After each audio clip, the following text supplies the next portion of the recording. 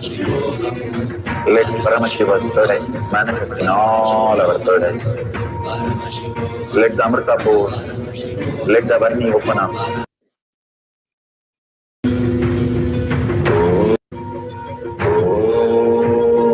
Nityananda Paramashivoham.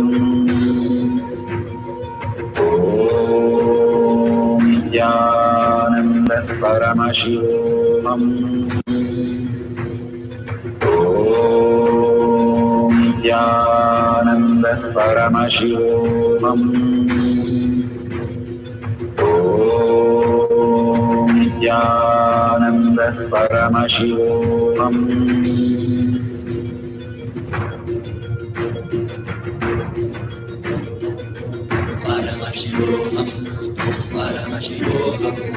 Let Paramashiva's third eye manifest in all our third eyes.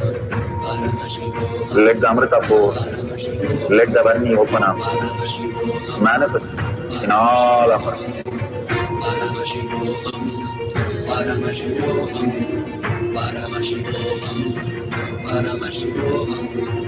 Let Paramashiva overflow, manifest the powers in all our third eyes. Om Nityananda Paramashivoham. Om Nityananda Paramashivoham. Om Nityananda Paramashivoham. Om Nityananda Paramashivoham. Om Nityananda Paramashivoham. Om Nityananda Paramashivoham. Om Nityananda Paramashivoham. Om Nityananda Paramashivoham. Om Nityananda Paramashivoham. So nice. How beautifully Bhagwan is manifesting through all of us. If you feel your hands are sticky, the honey or the sugar crystal materializing, that's beautiful. If you see any seed happening, that's wonderful. Or if you see the golden, you can put the light on your hand and check if there's any golden flakes on your hand. And simply all these great materials which are getting manifested, as you surrender more and more to Paramashiva, the more you'll understand that Paramashiva is happening as reality for you. And that is more true than the outer world, where you are deluded by all the ideas, views, opinions, judgments, and conclusions, skills, whatever you call it, the identities that you carry will start withering away. The more you are in oneness, you will understand that everything happens only by the oneness of Paramashiva, even our breathing, even our very own thinking. But consciously, when we live as conscious sovereignty, as our reality, continuously holding Paramashiva in a space and chanting as Ajaba Ajaba, internally the Ajaba Ajaba goes on of the Mahavakya.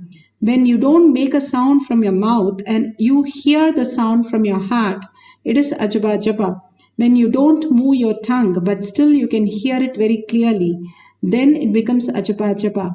Ram Surat Kumar used to chant the whole day Ramanama. Sharada Devi used to chant 1,00,000 times every day, Bhagavan says. All these great avatars, they themselves keep on chanting to bring that awareness and being dissolved into the awareness, forgetting the body and the mind, going beyond that and experiencing the oneness. How in the dream state and sleep state we forget ourselves, same way Bhagavan says we can do the same thing when we are waking state also. Fall into the Turiya state where there is nothing other than this exist. We are that that which is manifesting all the space as body, as objects, as our reality. But the very core from where we exist is Paramashiva. The quantum space is Paramashiva. How we exist as the atom, proton, the subtler and the subtler, and manifest as quantum, and manifest this body, manifest the mind, manifest the dream, manifest the deep sleep. All that is one and the same, but getting clutched with something in this outer world is the silliness that we try to possess, which is not real, which doesn't exist even in our dream state or deep sleep. However close, however important, it does not exist, so it is not there. That is why Bhagavan beautifully says, even a broken needle cannot come into the other states. The only thing we can is presume that what we are perceiving in this world is reality. But there is an existential reality. That is the truth. And all of us and everything has to go through the death, which is the existential reality. But even that is a delusion, because we are thinking we are the body, just clubbed and surrounded by our body, just like a cloud. But this is not solid as we think, Bhagavan says. It is liquid. The minute we understand the expansive space, the body will simply wither off, and we can experience the oneness with Paramashiva. Now we'll have one more cycle for materialization. Surrender everything, every identity that you have, even that I have to go, I don't have time, I don't know, nothing is happening. Whatever you have, surrender to Bhagavan Paramashiva. The more we learn to surrender, more faster and beautiful it will start happening. All that we need is only that feeling connection, Shaktipada and Shaktinipada. Unclutch from everything else. And even if the thought comes, oh, I'm not manifesting, unclutch from that. Oh, it's not coming big time, unclutch from that. Anything you understand, keep on unclutching, and you will experiencing the real reality, highest possibility. Now let's sit straight with the head, neck and spine in a straight line.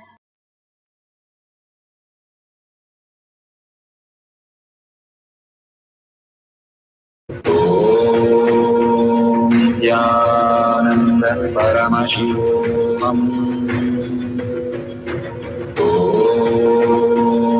Nyananda Paramashivam.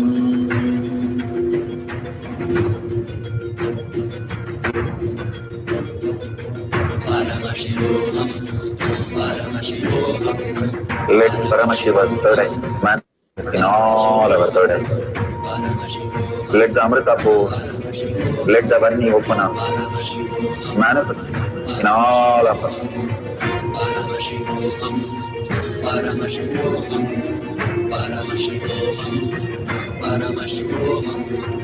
Let Paramashiva overflow, manifest the powers in all our third eyes. Om Jnananda Paramashivam. Om Jnananda Paramashivam. Om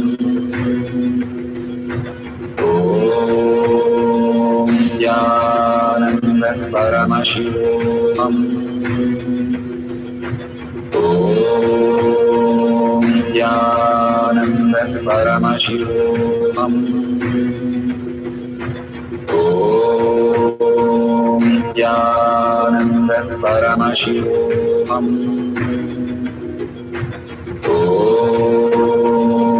Jnananda Paramashivam. Om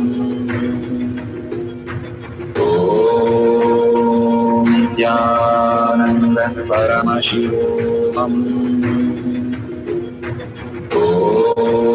Om Jnananda Paramashivam. Om Jnananda Paramashivam. Om Jnananda Paramashivam. Om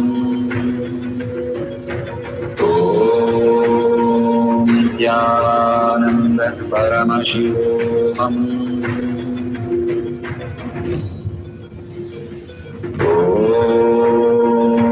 Jnananda Paramashivam.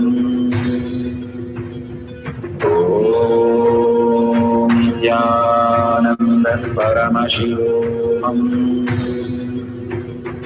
Om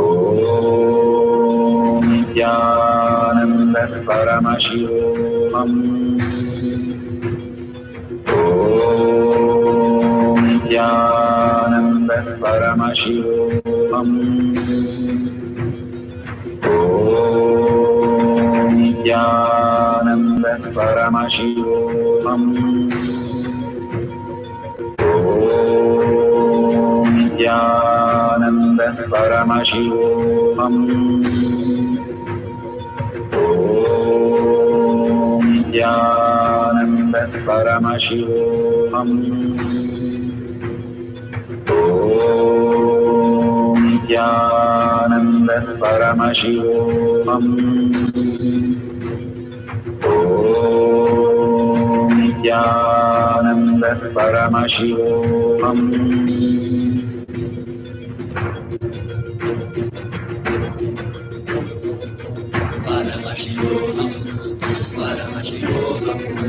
Let Paramashiva's third eye manifest in all our third eyes. Let the Amrita pour, let the Om Nityananda Paramashivoham. Om Nityananda Paramashivoham. Om Nityananda Paramashivoham. Om Nityananda Paramashivoham. Om Nityananda Paramashivoham. Om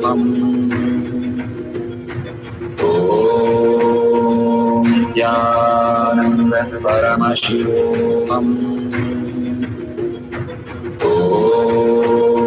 Nityananda Paramashivoham. Om Nityananda Paramashivoham.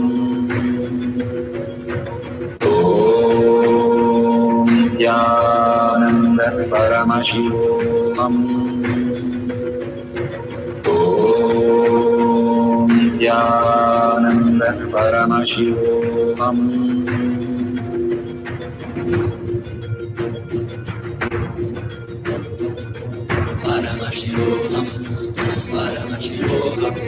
Let Paramashiva's third eye manifest in all our third eyes. Let the Amrita pour, let the Vani open up, manifest in all of us.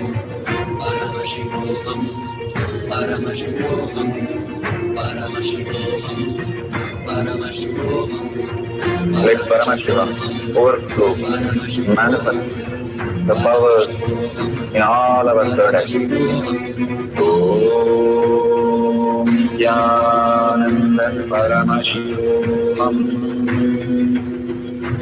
Om Nityananda Paramashivoham. Om Nityananda Paramashivoham.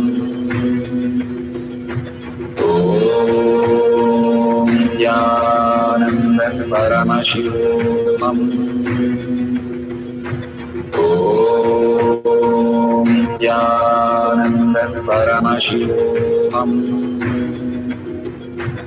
Om Nityananda Paramashivoham.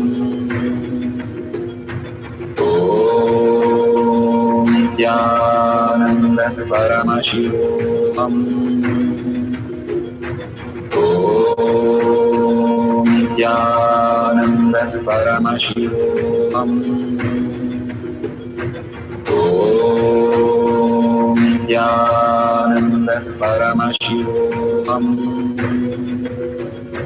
Om Nityananda Paramashivoham. Verification process. Please ensure to thoroughly verify the following. Let's verify and make sure it's authentically manifested. There is no other added item. Make sure the picture is taken very nicely and clearly that you can share it with the world. Why do we need to share? Contributing to others' life, we start understanding Paramashiva more easily. When somebody makes a mistake, we are very clear how to correct it. That is what we always are able to correct in others. When we share to others also, we start recognizing our own inner space of conscious sovereignty, contributing to others' life, and that is the most beautiful thing. When Uddhava asked Krishna, what is that one thing I have to hold? He said, contribute to others' life. Holding everybody is Krishna. You will just recognize the Krishna in you. The easiest and the beautiful way, Bhagavan says, is enriching and causing. He himself will manifest as your reality. That Paramashiva becomes the existential reality. That is why Gopikas were having their own Krishna. Krishna left them and went. And Uddhava, beautifully, how Uddhava experienced, same way, the Gopikas also experienced Krishna in physical form itself, because they were in such a space of contributing only to Krishna, surrendering everything to Krishna, and experiencing the ultimate.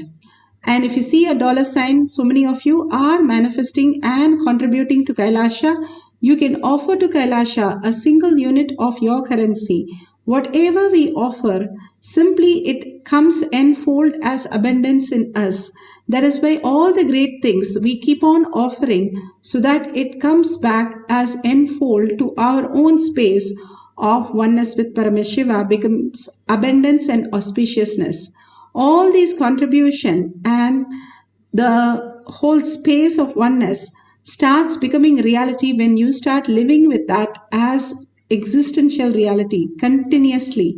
Let's surrender all the powers and powerful cognition to Bhagavan's lotus feet and share in tinyurl.com/powermanifestation or your social media and tag it to your friends and family, thanking Bhagavan in deep gratitude what he has offered, sitting for 3 hours and giving the satsang and giving the powerful cognition and giving the powers, initiation, and making each one of us to manifest. That is the greatest gift. Let's thank Bhagavan for whatever he has given. And with a deep gratitude and earning, let's end this session with a Purna Mantra.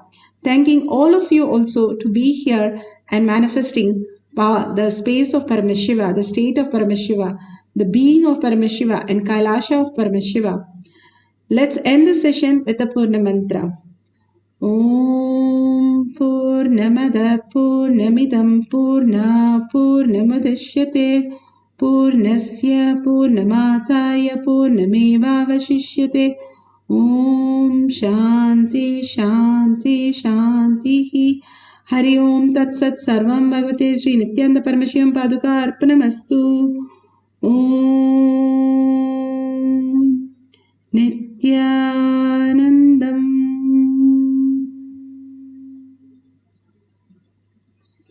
Thank you so much. See you again at 6 o'clock in the Zoom session or after the satsang in Kailash Courtyard Manifesting Past Sessions. Nityanandam.